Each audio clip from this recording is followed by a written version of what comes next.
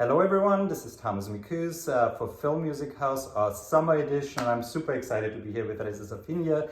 We just did those sound bowls and they're amazing, but we're not going to do sound bowls today. We're going to talk about meditation, and also Reza has agreed to teach us meditation and how it can inspire creativity and get the creative juices flowing. Thanks for being here. Thank you, I'm so excited. Thank you. So Reza, how long have you been doing meditation? On and off for about 20 years, but I've been really taking it seriously for 4 years. And do you think in the past 4 years going into meditation practice has helped your creativity and your scoring process? 100%. I mean, it's basically my primary, it's where I begin with the score, because when I think about scoring a film, I don't actually want to over-labor the thinking about it. You know, like I like to imagine that there's a world that's been created and that of the movie and the characters, and I try and think to myself that world is actually real. Like, you know, like someone could be observing our reality, like you and I talking right now could be someone else's observation. And in that case, you know, when we're working on a movie, that's my observation or the audience's observation, and therefore to the characters within that movie, there's a reality going on in itself. And I try and think, okay, I want to get into that reality. So for me to get into that reality, I can't analyze it, I can't think it, I have to feel it. And in order for me to feel it, I have to get myself into this state where I almost feel like I'm a channel, and that's where the meditation comes in. So if I understand that correctly, instead of being an observer of the image, you're actually becoming part of the story, like it would be a real story right now. Exactly. I like to think that the characters in the movie are actually real people, and that's a whole reality going on. I mean, if you think about it in a certain kind of way, it is, because the actors who are playing those roles, especially method actors, they live those lives and they treat those characters and they think of backstories that aren't in the script or aren't, you know, depicted in the film, and they base their performances based on those narratives that they've created for themselves in their own mind. And there's this sort of meta thing going on between what the actors have created and what I'm feeling from what I'm seeing, and I'm trying to tap into that and be a part of that thing as well. And so there is kind of actually this energetic universe at the very least that's been created through the work of the actors and the directors that I, as a composer, am trying to ride in on. I love that, because I used to be an actor, and I feel like I've never heard, this is our approach also as actors, and I think I love, because I don't think I've had any composers explain it to me that way, and it totally makes sense, because it's such a collaborative art form, and then it kind of puts you all in, it puts everyone on the same playing field, I feel. And you just, you're going to release your album Yang soon, early July. Oreo was renewed for season 3 on HBO Max, which is amazing. Can you, it's a martial arts show. Yes. Can you kind of give some examples how meditation informed that score specifically, and how you used it, and how it helped you scoring? For sure. I mean, that's a bit more practical approaches maybe. Okay, well, actually, from the very beginning, before I had the job on that show, it was something I wanted. And I wanted it from a very deep place within me, because I'm such a Bruce Lee fan, and not just as a fan, not just as a fighter, but Bruce Lee, his ideology and his bringing Taoist ideas into Western popular culture, it was something that from a teenager has affected me, and it has affected the way I look at the world and my worldview. And so I really felt deep in my heart that I wanted to be involved in this show.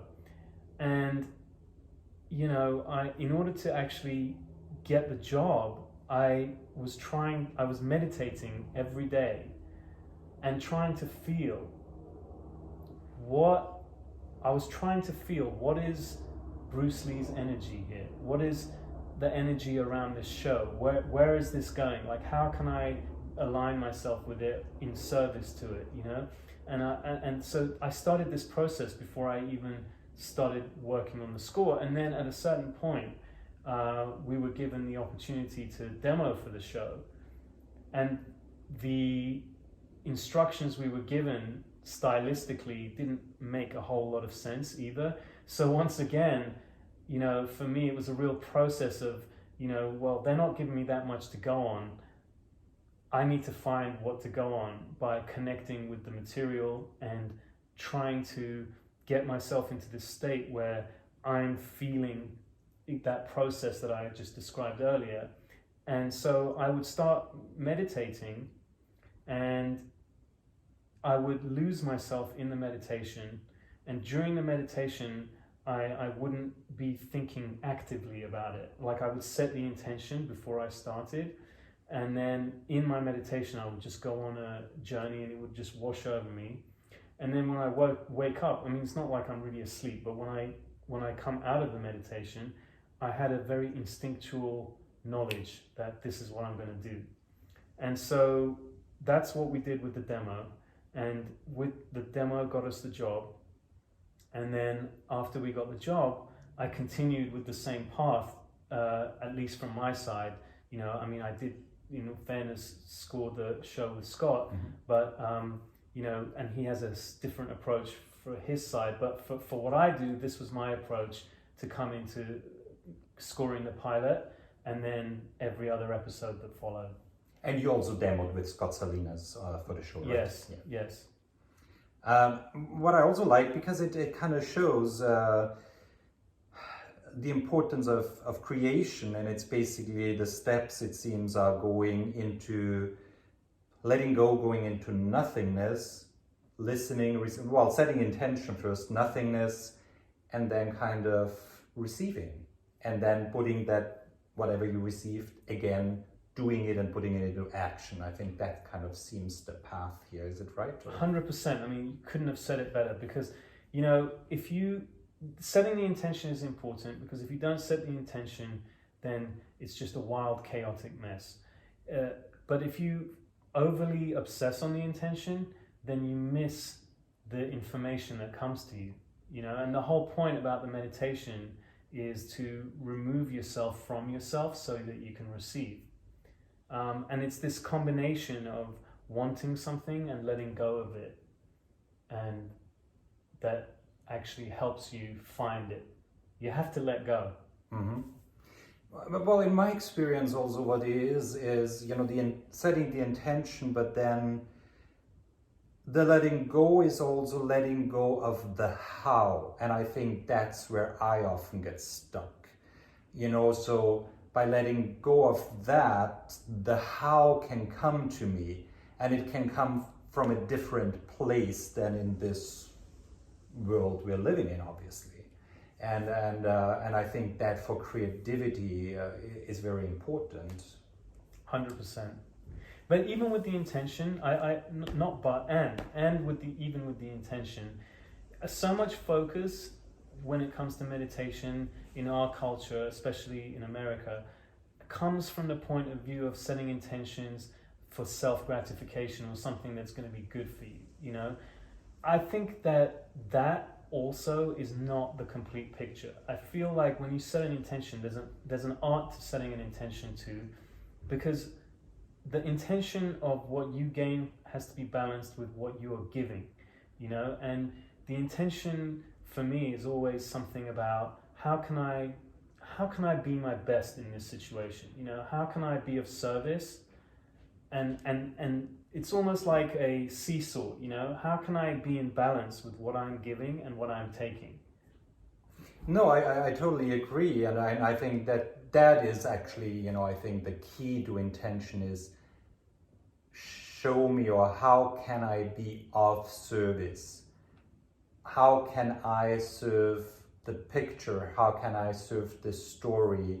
How can I, you know, and it's not, and even the I, it's not about me or you, it's about the project. Exactly. And if you put yourself into that picture, I think then the balance is already there, because on one hand it is you writing the music, it is you composing, but it's also kind of done through you. 100%, exactly. So let's do some practical, so we can. Okay.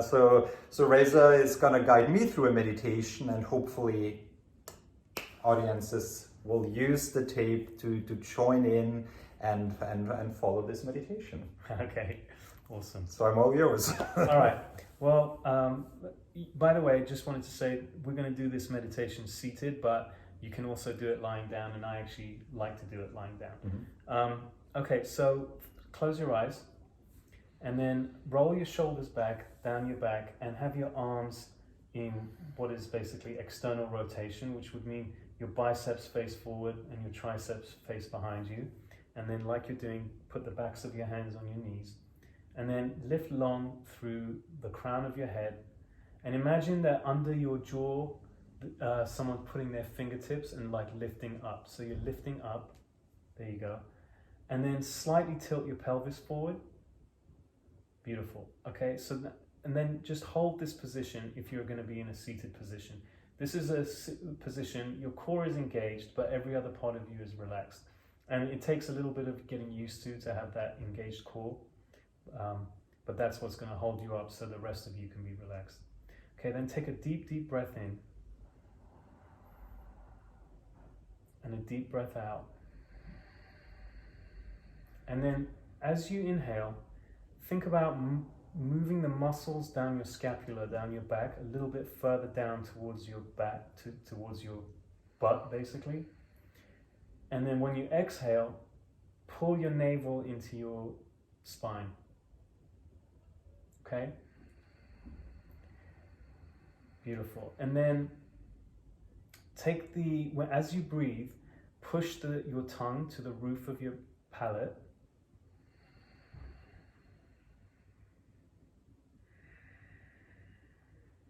And just take another deep breath in and a deep breath out. And keep this cycle of breath going. And now I'm going to talk you through something to visualize as you are doing this breath. So as you inhale, imagine energy shooting up from the bottom of your spine, going up to the crown of your head. And as you exhale, imagine energy coming from the crown of your head, moving down your body, over the front, coming back down to your pelvis. And then cycle this energy. So every time you inhale, you're moving this energy up from the bottom of your spinal cord to the top of your head. And as you exhale, it's rolling down and your front. And all you're doing this whole time is visualizing this energy moving up and moving down as you inhale and exhale.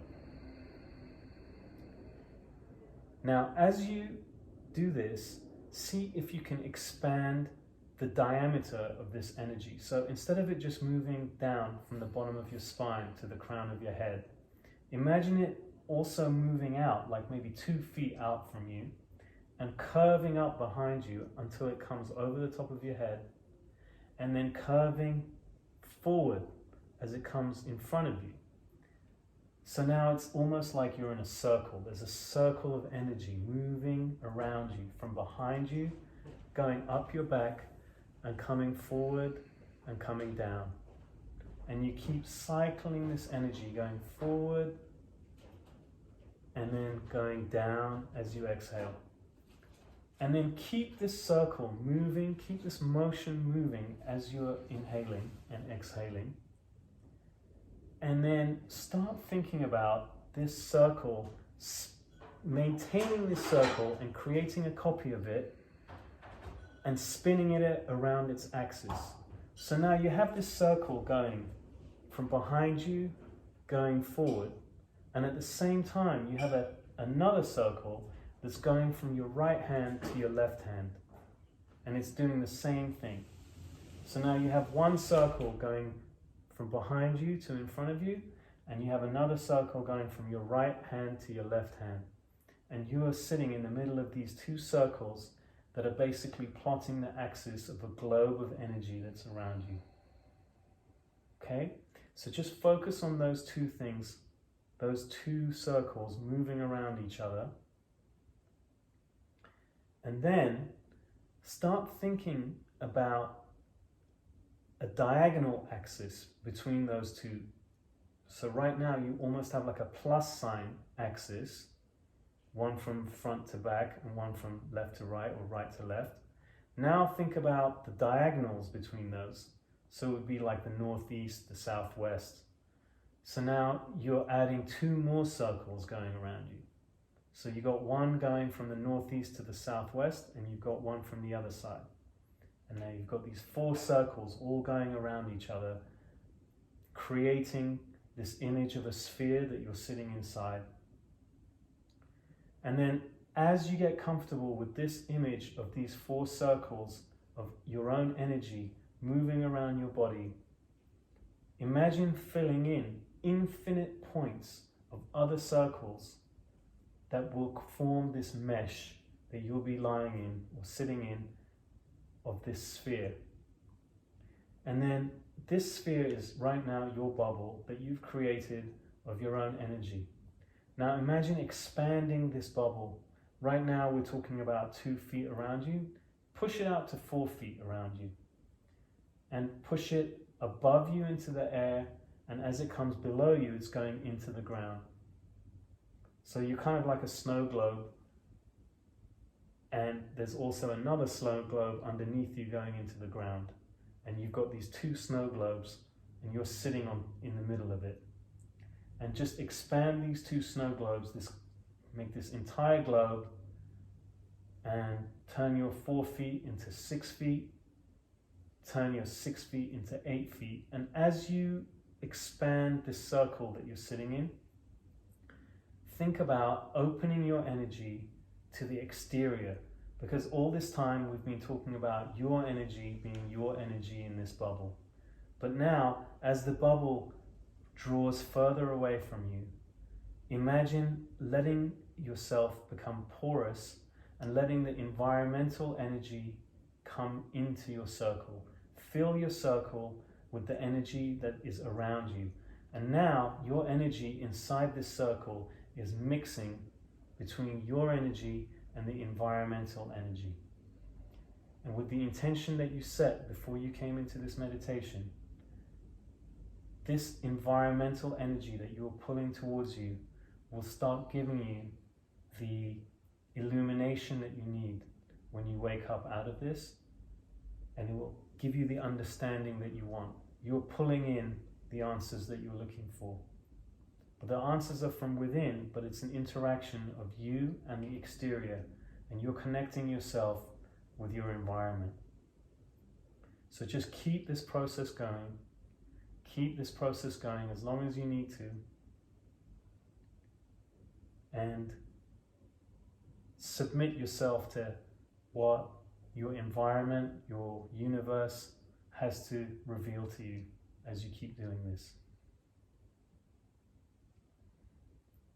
And then whenever you're ready to come out of it, you just start contracting that circle back towards you again. So if you were at 20 feet, if you were at 30 feet, whatever that was, start bringing the circle closer to you.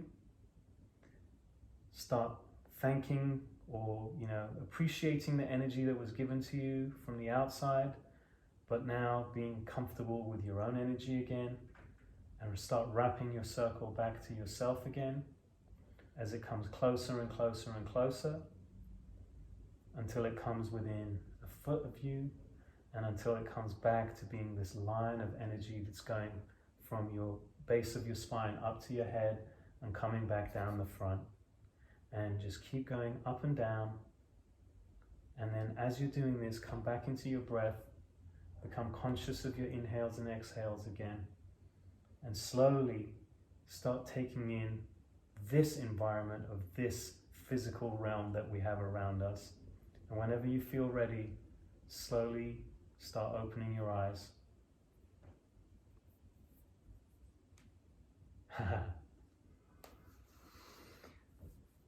Thank you. I didn't want to come back so quickly. But this is usually you would do it a good 20 minutes, I think, like staying in this open space once you merge with the outside and let the outside in. I think you would stay longer in it. Is that right? Or? Yes, I mean, it can be, actually it can be anything. It can be anything from 5 minutes to an hour or sometimes 2 hours. The point is that I'm not the one deciding. It's once I get into that state, there is something that's happening with my interaction with environmental energy that is guiding me, and I submit myself to it.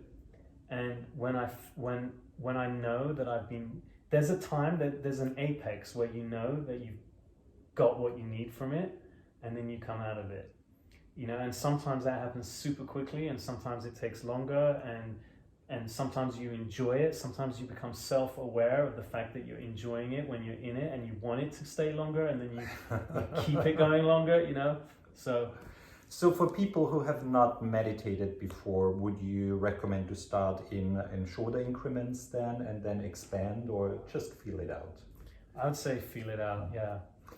And as far as applying that then to writing music, when you meditate, do you meditate, come out, and then write down what you experienced, or would you then go and create music right away? How do you now merge that with your creativity? I usually write straight away. I usually go and sit at the piano and something just comes out, or I pick up a guitar.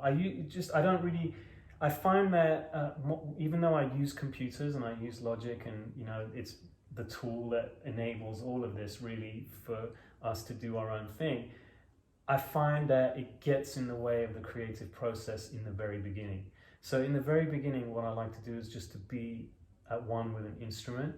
Either sit at a piano, pick up a guitar, a bass, something, and then just I'll put my phone on and I'll just press record, and then a stream of ideas will come out. And then once I have those ideas, that's when my active mind takes over and my analytical mind takes over, and I crank up the Logic, and it goes in the box, and I start working on it and orchestrating on it and doing all the stuff that composers know how to do, and all composers do. But I like to have this, at least an hour with an instrument after my meditation first. I'm curious because I said earlier you have an album come out in July, Yang, which is the follow-up to Yin. Did that come out from meditation, or how was that album conceived and the idea to it? Yes, the idea came out of meditation, and it wasn't like the initial idea was actually to make an album called Yin Yang. It wasn't to do two separate albums, and there was a David Bowie album called Low, which I was always a big fan of, where one side A was songs and side B was all abstract instrumentals, and the two sounded completely different, and it was a Brian Eno production, and it was really interesting. And I kind of had this idea that it came to me from a meditation to do a Yin and Yang album where, side A was just classical sounding and side B was electronic sounding, but they were all based around the same theme generally. But then as I started working on it, the side A, the Yin, just took over, and I had a lot more to express through it, and it turned into a whole album all by itself. And then that's when I was like, okay, I'm going to separate these two albums. I'm glad you did, so we get more music. Thank you. Yeah, I'm really excited by it, and it's some funny things happen with this album. It's like I'm 47 today actually, and the Yin album is 44 minutes long, and the Yang album is 77 minutes long, and that happened by accident. It wasn't like deliberately made that way, It's just like there's small things like that where you sometimes scratch your chin and you're like, wow, how did that happen? You know what I mean? It just happens. It just happens. That's meditation. Exactly. Yeah. And we're gonna have some cake after this, I'm just saying. Well, thank you. I hope this is beneficial, and people can apply that. check out more Film Music House videos. And thank you for doing this, Reza, and teaching meditation. Thank you. And before we log off, I want to try something. I don't know if we can do it, but I'm going to get out of the picture now. And Reza goes to the back and shows us some of his sound balls. Oh, cool. So these are a set of sound bowls tuned to an A note at 432 hertz, and they're also in a circle of fifths. So, well, I'll just strike them first so you can see that circle of fifths taking place. So.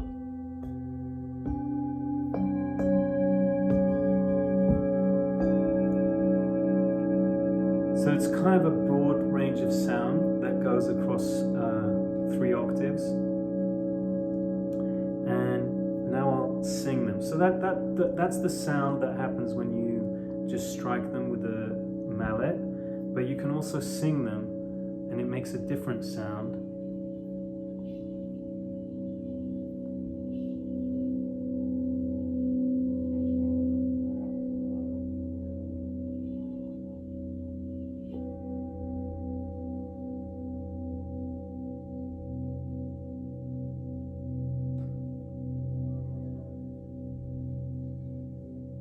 And then these 2 bowls I really like because they're actually the same bowl. These are both a G, and I bought them so that they create a stereo pair. When you're meditating, put your head in between, and then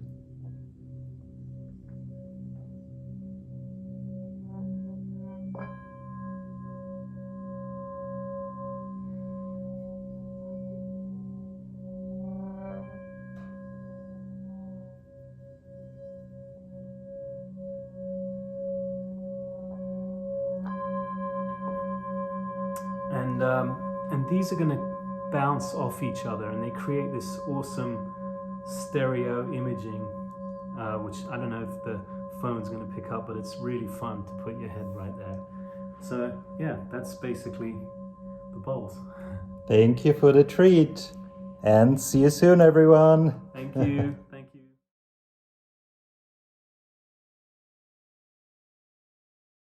So what I like about what you just said about, becoming that additional character, immersing into that story and living the story, being it. When you talked about that, what I thought is, well, but this is also a way of creation, a way of creating a career. And what you talked about how you got on the project, to really meditate, to get into that energy of Bruce Lee and martial art and really immersing yourself in it. And I thought, well, you kind of became that, and you became that future where you had that job. And for me, this is creation. This is how we can attract work also. Can you talk about that a bit, how this worked for you, and how you can create your own future? For sure. There is, from thousands of years, there are philosophies that have believed that there is no such thing as a past, present, and future, that they're all one overlapping realm, and we perceive past and present and future because that's the way our brain functions, and that's a physical understanding of a universe that's much bigger than us. But modern physics, that's not even spiritual physics, it's just like, the science, at the most cutting edge has come to multiverse theory, has come to this idea that all things that exist in the universe through all periods of time are all actually happening concurrently at once. And I tend to believe that. And I believe that meditation is the conduit, is the method that you can step out of the realm of your 5 senses and start perceiving the universe in this more multiversal way or universal way, whatever you want to call it, and feeling it rather than trying to analyze it through the limitation of brain. And by the way, I hadn't thought of this, but it's not just your brain that's limited, it's that how does your brain think? Your brain thinks through language. And, you know, so language is what? 1,500, 2,000 words. So you're basically trying to understand this grand universe based on some kind of combination of 2,000 words. Obviously, you're going to miss a lot, right? But when you go through a different level where you are expanded in terms of how your perception is, you are now able to feel the future and the present as one. You're able to understand where your future self might be. So in this particular example, you brought up the idea of getting a job, but it could be any intention, anything that you want to aspire to. Well, there's probably an existing reality where you are that person. And you're stuck in this reality where you're not that person yet. And by stepping outside of the confines of conventional understanding, you can get a download from that future self of yourself that explains to you how to get to that place, and then you can call that into this reality, and then this reality becomes the reality that you were aspiring to get to. But the thing is, all those realities are all actually happening at once anyway. It's just more that the focus of your brain and how you are experiencing life is only ever focused on one layer of that reality, and so you're trying to get into that layer that you really want to be in. Yeah, and I think the difference also is, when you look at, the time like past, present, future being at the same time, why would we make creation based on past experience in our past if we can create from our future and from all possibilities? Because the past is very limiting, where the future has all the possibilities there are.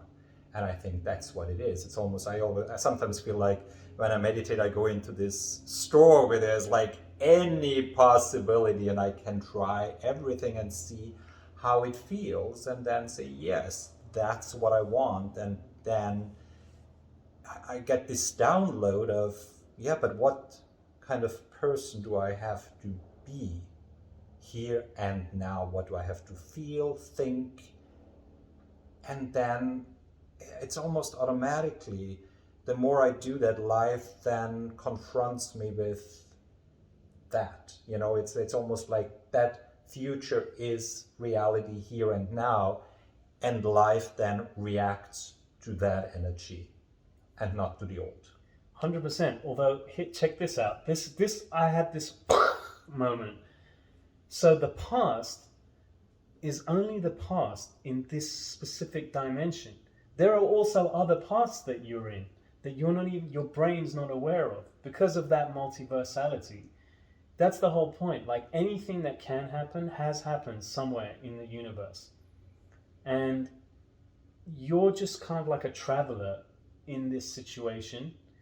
And your conception of past, present, and future is just based on a timeline of what this particular moment of this brain can understand.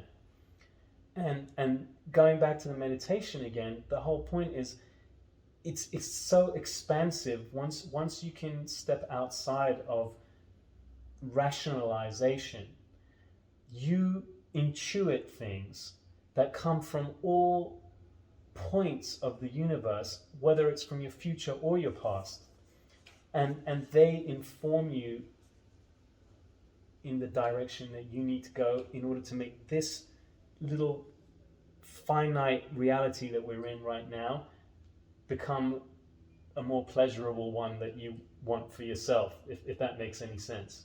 Well, it becomes the future of your choosing. Exactly. I mean, we choose no matter what. Yeah. But if we choose, then we might as well choose it consciously and make it pleasurable. Exactly.